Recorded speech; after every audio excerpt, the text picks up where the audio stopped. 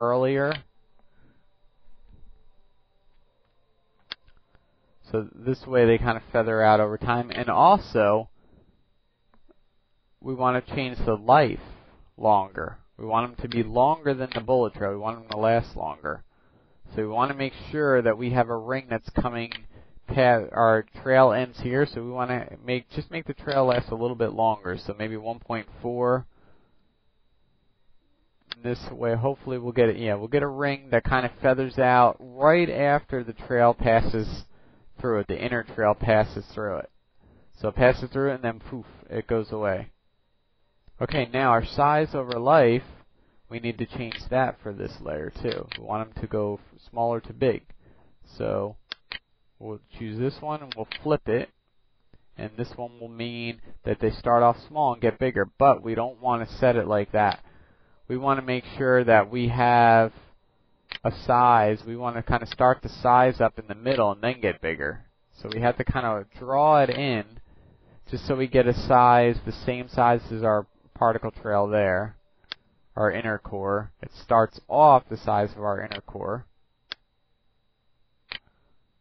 And turn our size of randomness, because we had that one set for the inner core, we'll turn that down all the way to 0. Alright, let's see how this looks.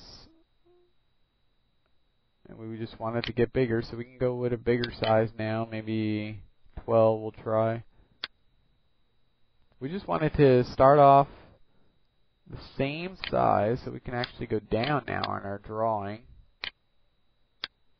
Hate drawing this and smooth it, smooth it, smooth it. That's probably good. Okay, so basically at the beginning of our trail, it's starting off the same size right here, if you can see that. Let's turn opacity all the way up. Maybe help you see it a little bit. And then it just gets bigger, and as it gets bigger, it fades out. Like that. It's just like a little puff, a little ring puff that comes out and gets bigger and just fades out. So let's see how that looks, get an idea of it.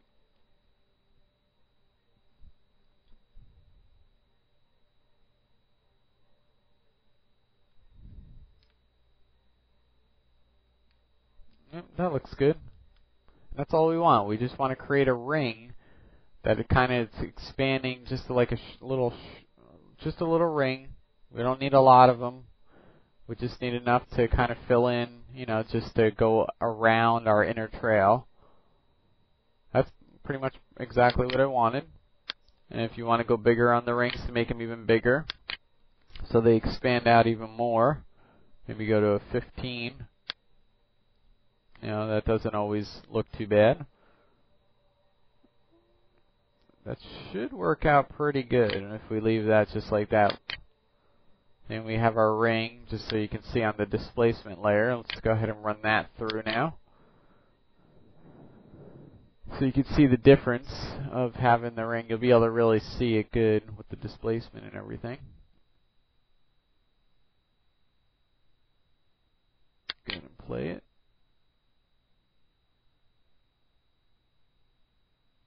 You know, I just like to add that extra ring in there, that extra ring shape, just to have that on the outside of it. I mean, if you want to add more, try 10. I don't like to add a lot of the rings in there, though. Too many is not, doesn't really look good, because it's just an outer ring, that's all it is. It's not, you don't want to add a whole bunch in there. Alright, so I'm going to change, let's see, maybe probably... Okay, I want it to feather out even sooner. So opacity over life.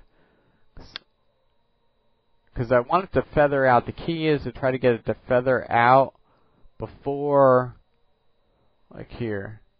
You want it to feather out before it gets to its biggest point.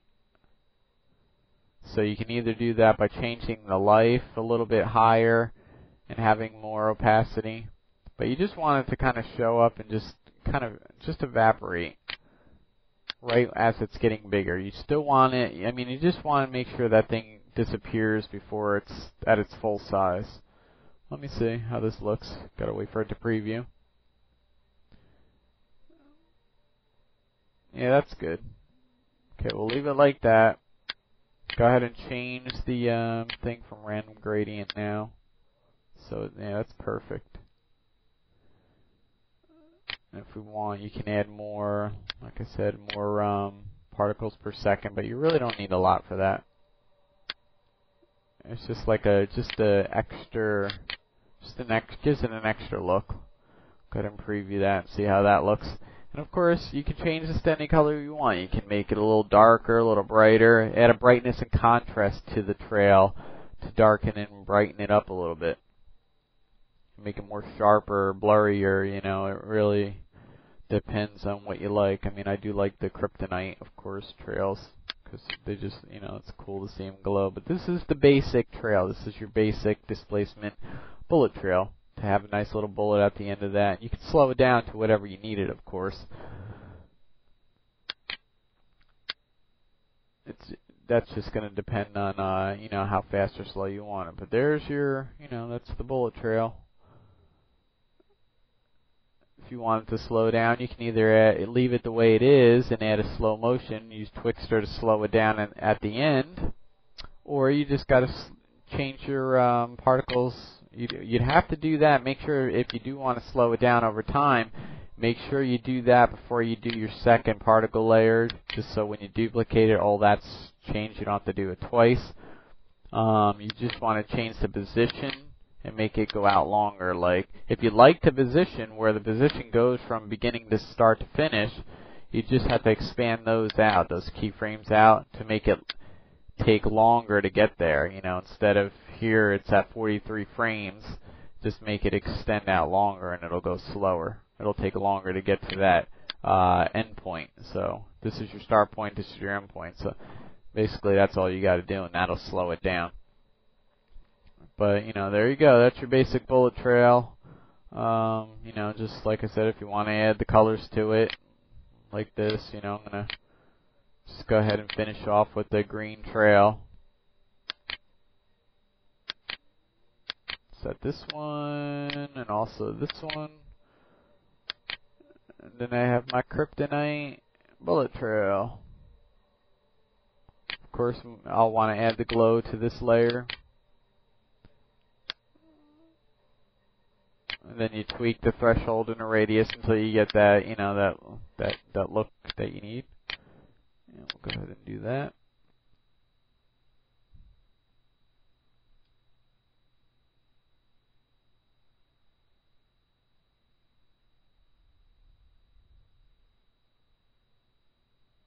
Wait for it to I should be pausing this as it goes through. Let me just go ahead and do that. See? And then you have your kryptonite bullet trail. It's pretty much what, you know, I make for my other kryptonite bullet trails. And that's it. Simple as that. You know, I mean, it's a little tricky. It is tricky lining it up to your bullet if you don't like to know the coordinates and everything, if you don't take them right out from the 3D program. I mean, there's ways of doing it by getting the keyframes.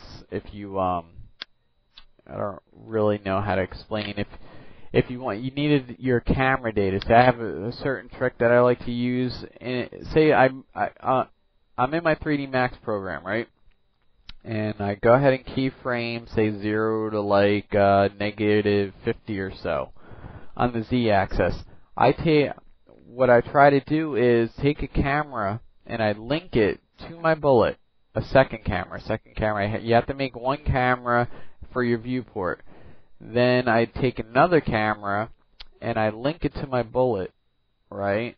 And what I do is when I go to render it out of my camera, I can take the camera data from the second camera. When I bring it in, I import it into as a PNG sequence or RPF sequence into After Effects, and I can extract the camera data from that second camera that I linked to the bullet. And what it'll do is it'll actually give me the keyframes of where that second camera was.